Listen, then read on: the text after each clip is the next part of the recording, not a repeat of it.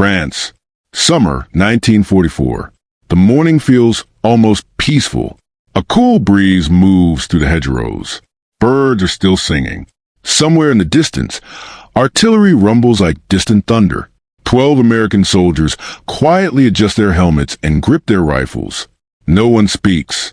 Each man knows that in the next few minutes, someone may never stand up again. For them, victory isn't measured in miles. It's measured in surviving the next 100 yards. People often imagine World War II as massive armies crashing into one another, but many battles were decided by something much smaller. One machine gun, hidden behind a hedge, inside a farmhouse, or buried deep inside a trench. A single well-positioned machine gun could stop an entire company. So how did ordinary American rifle squads defeat positions like these? Again and again, across Europe, the answer wasn't bravery alone. It was training. From the outside, an American rifle squad looked ordinary. 12 men, one automatic rifle, several Garins, a handful of grenades. Nothing extraordinary, but together, they moved like gears inside a machine. While one group fired, another moved. When that group stopped, the first group advanced. Every movement protected someone else's life. If one soldier failed, everyone paid the price. It was a system built on trust, a system that would become one of the foundations of modern infantry warfare. Today, we're going to follow one American rifle squad through a complete attack. You'll experience exactly what happened from the moment they left safety to the instant they stormed an enemy trench.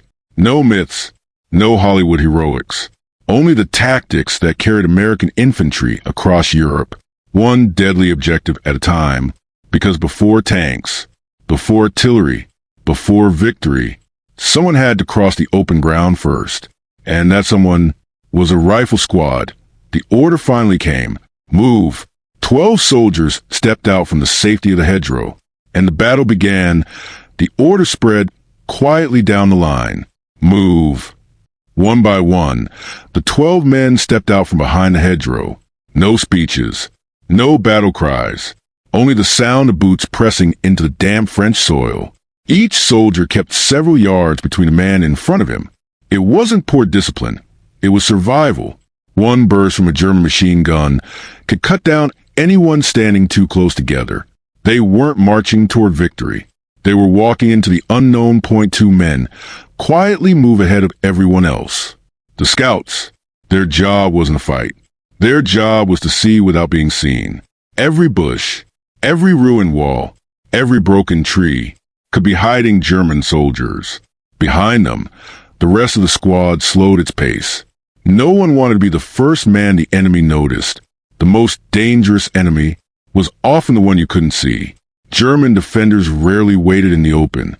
They hid inside trenches, behind stone walls, inside bombed-out houses, or beneath carefully camouflaged positions. The silence became almost unbearable. Every step forward felt wrong. Every shadow looked like a soldier.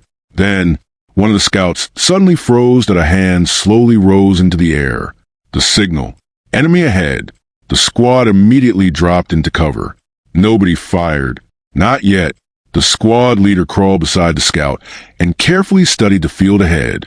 There it was, almost impossible to see. A German machine gun hidden behind a hedge. Its crew waited patiently, completely unaware they had just been discovered.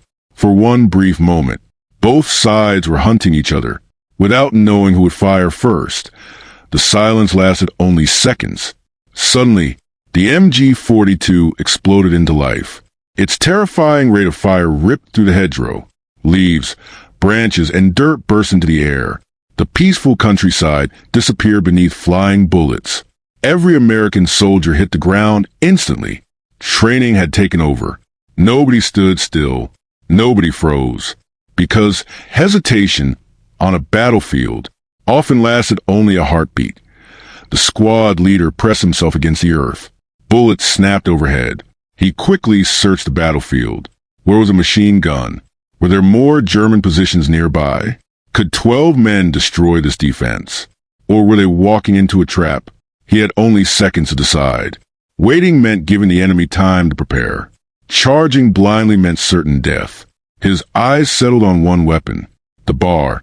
That automatic rifle would decide what happened next. The squad leader gave a single command. The bar opened fire. Its rapid bursts echoed across the fields. German soldiers immediately ducked behind their defenses. Now the riflemen joined in, not firing wildly, but placing steady shots toward every window, hedge, and trench where the enemy might be hiding. The goal wasn't to destroy the position. Not yet. The goal was to force the Germans to keep their heads down, because only then could the squad move again. The Americans had survived the first deadly seconds, but they were still trapped. The German machine gun hadn't been destroyed. It had only been distracted. Now came the hardest part, crossing open ground, while the enemy was still alive. Because in World War II, winning a firefight wasn't enough. You still had to stand up and run toward it. The German machine gun never stopped for long. Every few seconds, another burst ripped across the field. The Americans couldn't stay where they were, but standing up now would be suicide. The squad leader glanced left and right. His men were alive. The bar was keeping the Germans busy. This was the moment they had trained for. He raised one hand and pointed forward. .2 riflemen jumped to their feet. They didn't run far, only 20 yards, just enough to reach a shallow ditch. The moment they hit the ground, the rest of the squad opened fire. Now the Germans faced a new threat. While they focused on the men in front, another pair sprinted past them. Little by little, the squad crawled closer, not in one desperate charge, but in dozens of short, carefully timed movements. Every dash lasted only seconds, but to the men crossing that open ground, it felt like forever. The German crew quickly realized what was happening. Their machine guns shifted position. Bullets chased the advancing Americans. Then, a grenade exploded near the lead team. Dirt filled the air. One soldier collapsed. The others dragged him behind cover, without stopping the attack. There was no time to panic. If they stopped moving now, the entire assault would fail. As the firefight continued, the squad leader noticed something. The German machine gun covered the center of the field perfectly, but its left side was almost unprotected. A narrow drainage ditch curved toward the enemy position, hidden by tall grass. It was risky, but it was their best chance. Without saying a word, he signaled 4 men to follow him. While the bar continued firing from the front, the 4 riflemen disappeared into the ditch. They crawled slowly. Every movement was careful. The Germans never noticed. Their attention remained fixed on the bullets coming from the front, exactly as the squad leader had hoped. The trap was working. Only 30 yards remained. The Americans could now hear German voices. One more burst from the bar, then another. The defenders stayed down. The squad leader looked at his men. This was it. He pulled a grenade from his belt, counted silently. 1, 2, 3. He threw. The explosion shook the trench. Before the smoke cleared, the Americans charged.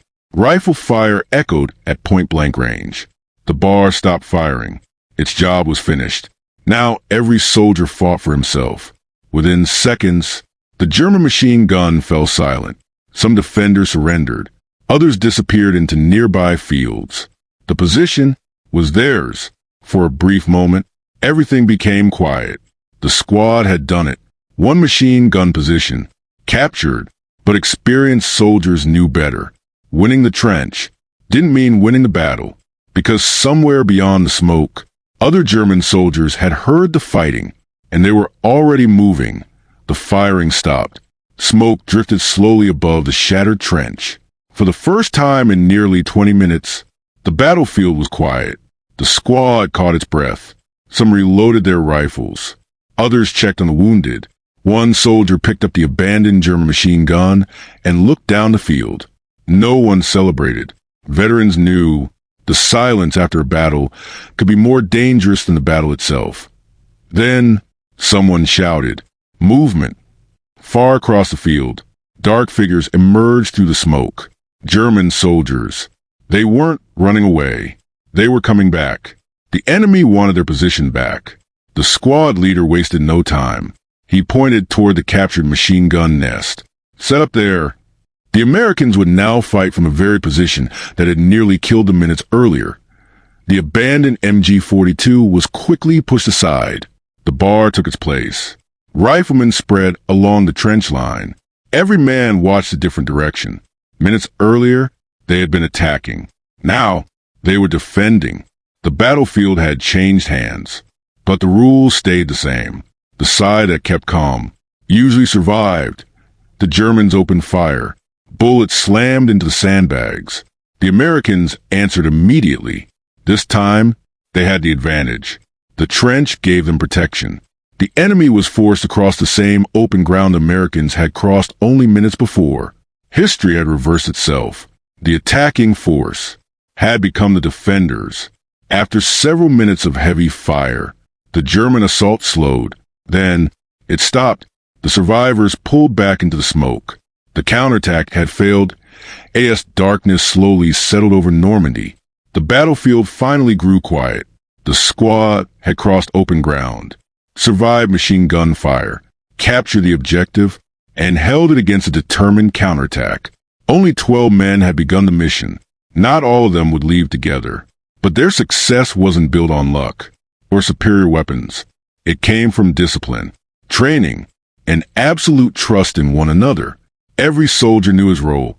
Every movement protected someone else. That simple idea, one team fires, while another moves, changed the way infantry fought forever. More than 80 years later, modern armies around the world still teach the same principles first practiced by squads like this one. Because technology changes, weapons change, battlefields change, but teamwork never goes out of date. A World War II rifle squad wasn't made up of superheroes. It was made up of ordinary young men facing extraordinary danger. Their greatest weapon wasn't the M1 Garand, or the bar, or even artillery support. It was their ability to fight as one. Every successful attack depended on trust, timing, and teamwork. Those lessons were written in the fields of Normandy, the forests of the Ardennes, and countless battlefields across Europe. If you enjoyed this deep dive into the tactics that shaped World War II, be sure to subscribe for more true military history, forgotten battlefield stories, and the strategies that changed the course of history. Because sometimes understanding how history happened is just as important as knowing what happened. Fade to black.